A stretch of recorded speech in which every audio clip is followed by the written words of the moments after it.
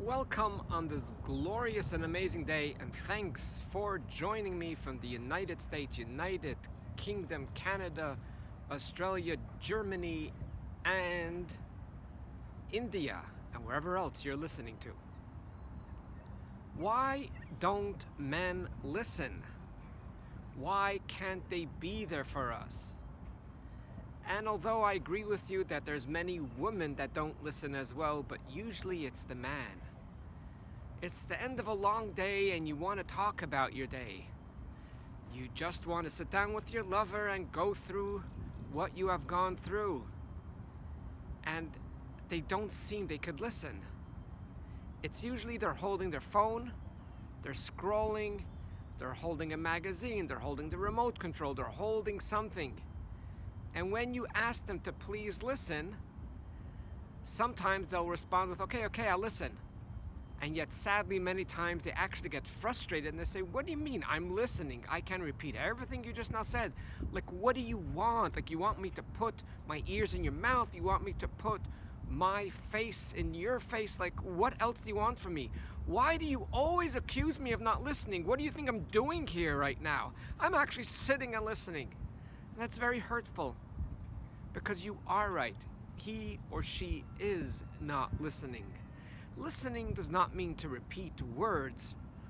Listening means to actually listen, to be there, to validate, to understand, and more importantly, to connect. So we'll split this video into two parts. One is, why don't they listen? And how can we get them to listen? So I think this might be an eye-opener for many, because in my life coaching, I have so many people that not only are in pain that their spouse, their lover, their man does not listen attentively to them, or many times rolls their eyes as they talk, or many times gives like comments, oh my gosh, you have repeated that so many times, like we already went through it, why do you have to say it again? And they just don't get it. I explain to them that it's not that they dislike you, they're rejecting you, or they're judging you. It's something very different. And what I always explain, and I'll do it now in the video so everyone else could listen into it, has nothing to do with you actually. It has to do with themselves. But what do you mean? When we dated, when we started talking, they were so attentive. Yeah, that wasn't real. That wasn't real. Right now it's real. And sadly, and this pains me a lot, but most humans do not listen to themselves. Most humans, if they have 60 seconds, they are thinking what they need to do, or they're worried what will happen, or they're rehashing something that did happen in the past.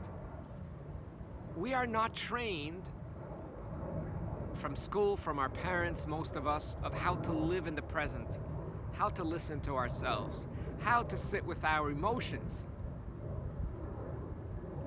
Ask yourself, ask your spouse, ask your lover, when was the last time you sat in the present for a half an hour? I'm not talking about 5 hours.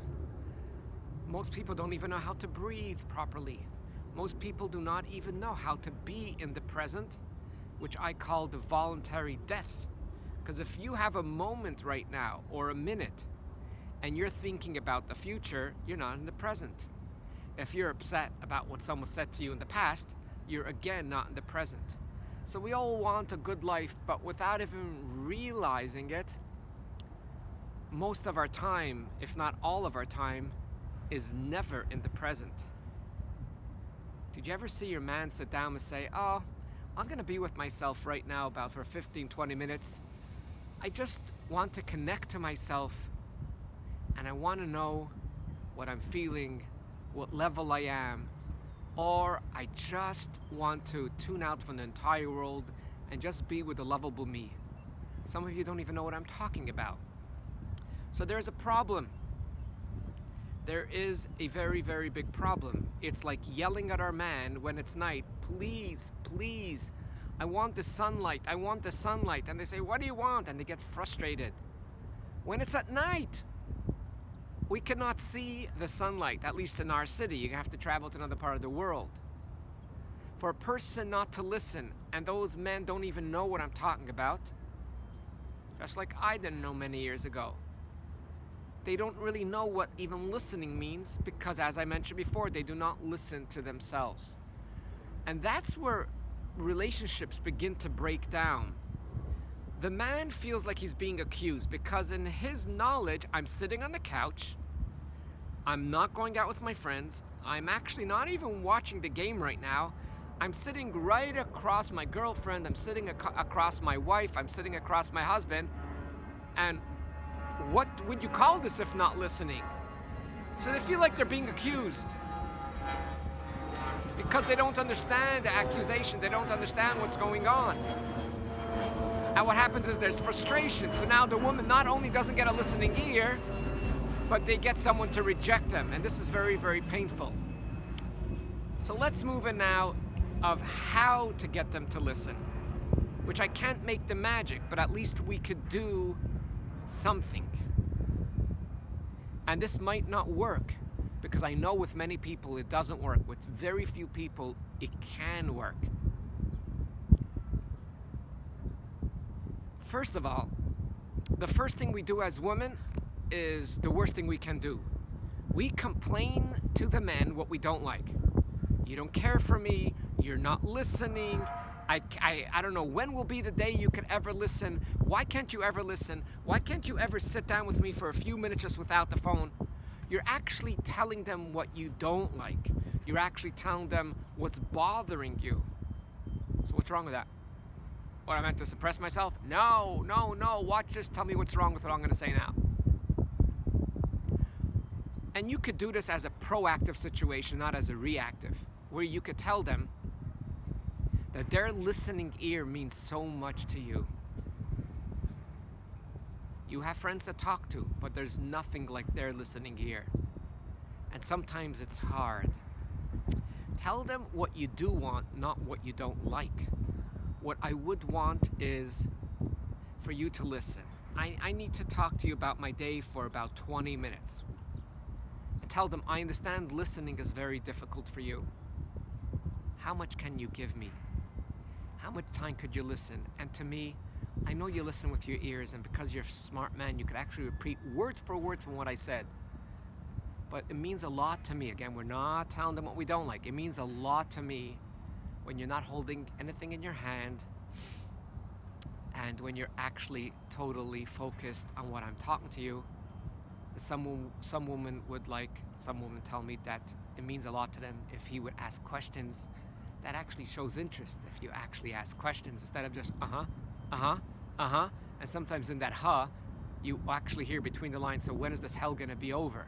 No, don't do the You ask questions. Sadly, most men won't even be able to commit for 20 minutes. A lot of them could, but most of them will not. And then they'll say, you know what, let's try with 5. I know the way you feel, that's nothing 5. Come on, we're in a relationship, that's all I'm worth. But as I explained before, it's something that has to be built and something has to be learned.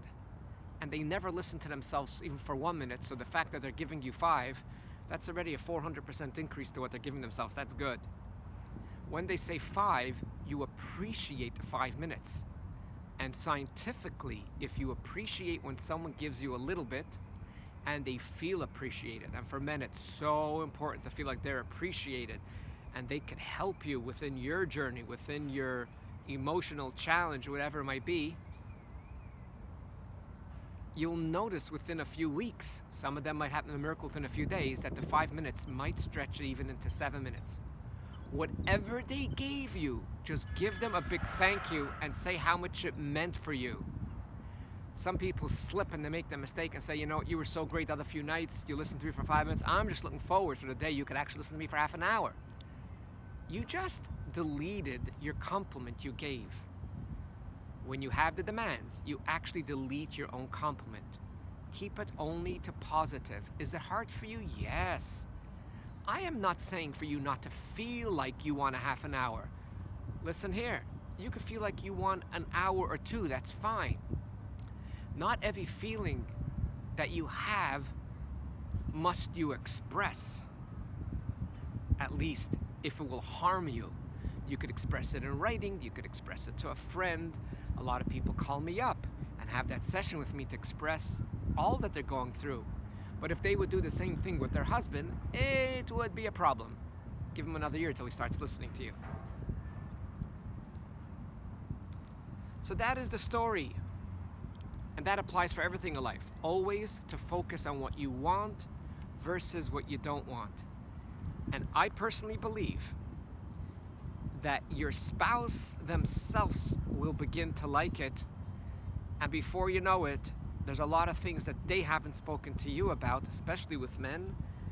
A lot of them keep things bottled up because we were taught it's manly not to express emotions, and vulnerability is weakness, although society is changing, and it's beautiful to see men being real men by being vulnerable, by being expressive, able to cry and able to talk about emotions. Thanks for listening, and have yourself a wonderful day. And I hope that all goes well for you, and instead of having that friction when you get together at the end of the day, it will turn into a learning and growing process. All the best.